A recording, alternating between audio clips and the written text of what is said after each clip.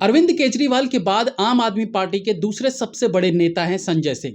क्योंकि केजरीवाल के बाद अगर कोई रात दिन मोदी मोदी करता है तो वो है संजय सिंह, और आम आदमी पार्टी में उसे ही बड़ा नेता माना जाता है जो मोदी को सबसे ज़्यादा गालियां देने का काम करता है। संजय सिंह की बात करें तो उनके लिए गालियां नई बात नहीं है। बचपन से उनका घरेलू माहौल ही ऐसा रहा है जहां वो चोर उचक्कों से घिरे रहे हैं, तो गालियां तो उन्हें आनी ही थी। क्योंकि वो लंबे समय तक टिकट ब्लैक किया करते थे, तो बचपन में भी वो चोर उचक्कों से घिरे रहे और बड़े होकर नेता बनने के बाद भी उन्होंने पार्टी वही ज्वाइन की जो चोर उचक्कों से घिरी हुई थी। खैर, अब मामला ये है कि ईडी द्वारा एक लंबी पूछताछ के बाद अब संजय सिंह को अपने पुराने साथियों का साथ मिल गया, जिन्हें वो कई महीनों से मिस कर रहे थे। यानी गैंग के दूसरे मेंबर जैसे सिसोदिया और सत्येंद्र जैन अब तीनों जेल में बैठकर लूडो खेल। लेकिन भैया जी, उसके लिए तो 4 लोग ना चाहिए। ओहो, तो फिर मोदी जी को केजरीवाल का भी इंतजाम करना पड़ेगा।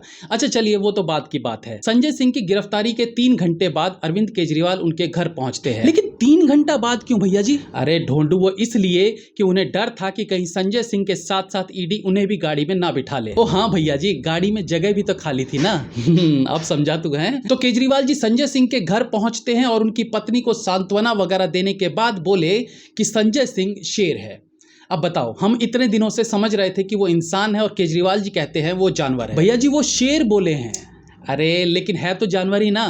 अच्छा, जब उन्हें गिरफ्तार किया गया तो भी वो बड़ी शान से जाते दिखे, क्योंकि आम आदमी पार्टी के लिए गिरफ्तारी कोई नई बात तो है नहीं। पहले इस पार्टी के मेंबर्स को लगता था अरे गिरफ्तार होना तो शान की बात है, स्वतंत्रता सेनानी भी गिरफ्तार होते थे, तो उन्हें लगा जैसे वो गिरफ्तार होकर फिर 2 दिन में घर लौट आते थे वो भी लौट आएंगे। लेकिन अफसोस, मनी लॉन्ड्रिंग के केस में गिरफ्तार हुए सत्येंद्र जैन कई महीनों से जेल में अकेले ही लंगड़ी टांग खेल रहे थे। फिर कुछ महीनों बाद शराब घोटाले में मनीष सिसोदिया जेल पहुंचते हैं, तो दोनों चिड़िया उड़ मैना उड़ खेलने लगे और अब उन्हें तीसरा पार्टनर मिल गया है, तो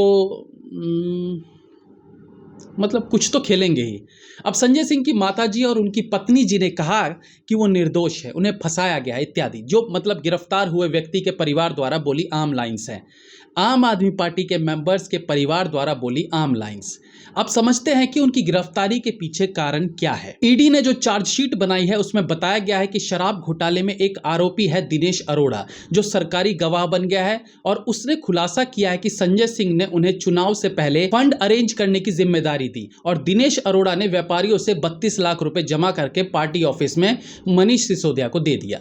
ईडी ने बताया कि दिनेश अरोड़ा का शराब से रिलेटेड एक काम फंसा हुआ था जिसे संजय सिंह ने सॉल्व करवा दिया था और शायद इसी के बदले में ये फंड दिनेश अरोड़ा ने पार्टी को दिया होगा। बताया जाता है कि संजय सिंह के माध्यम से ही दिनेश अरोड़ा ने सिसोदिया और अरविंद केजरीवाल से मुलाकात भी की थी। दरअसल संजय सिंह के पीछे ईडी काफी समय से पड़ी हुई थी, लेकिन अब पता नहीं किस नशे में होने के कारण संजय सिंह फुल कॉन्फिडेंट थे कि उन्हें गिरफ्तार नहीं किया जा सकता। जब संजय सिंह के रिश्तेदारों के घर ईडी छापेमारी कर रही थी, तब संजय सिंह ने चैलेंज किया था कि अगर हिम्मत है तो उन्हें गिरफ्तार करके दिखाइए। बस फिर क्या था? फिर क्या भैया जी? अरे ईडी में हिम्मत थी भाई, उन्होंने गिरफ्तार कर लिया। तो बड़बोले संजय सिंह सलाखों के पीछे पहुंच गए। खुद को सबसे ईमानदार मुख्यमंत्री कहने वाले केजरीवाल जी के राइट हैंड के रूप में संजय सिंह जाने जाते हैं, जो एक समय में टिकट ब्लैक का काम किया करते थे। भैया जी, बात बात पर आप उनका इतिहास क्यों बताने लगते हो? इसलिए ढूंढू कि जब केजरीवाल ईमानदारी की बात करते हैं तो उन्हें आईना दिखाना जरूरी रहता है।